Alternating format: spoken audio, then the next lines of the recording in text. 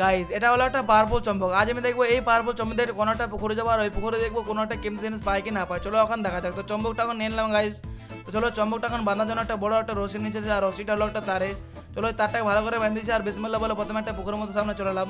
আর এই পুকুরের সামনে প্রথমে তারটাকে ছড়ে দিচ্ছি, দেখতে পাচ্ছ কিছু বাঁধা জায়গায় না বাঁধে, দেখা যাক কোনো বাঁধে কি না বাঁধে।